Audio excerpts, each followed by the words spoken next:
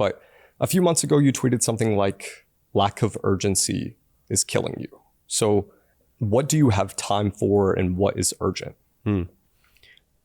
That's a very astute observation. I think it's this weird juxtaposition where basically what happens is in my opinion, in the short term, you need to have this feeling of urgency. And when I say the short term, I mean like today. Like you need to have this feeling of urgency and this like level of almost agitation. And by the way, this is also if you want to be very successful.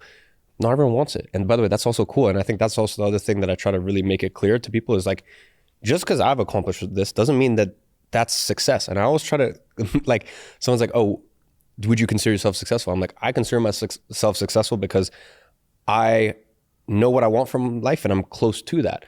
And now for another person, that might be making $50,000 and, you know, being able to surf all year round. Like I have a friend like that who literally started a business because he literally wanted to work as little as humanly possible. This is 15, 20 years ago.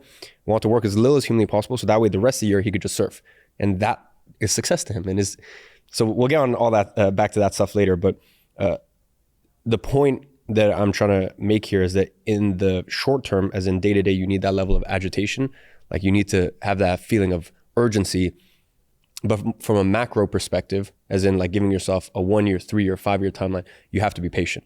So it's this weird, a lot of life is a juxtaposition where it's like you have to believe two things at the same time. So short term, you have to have this feeling of urgency.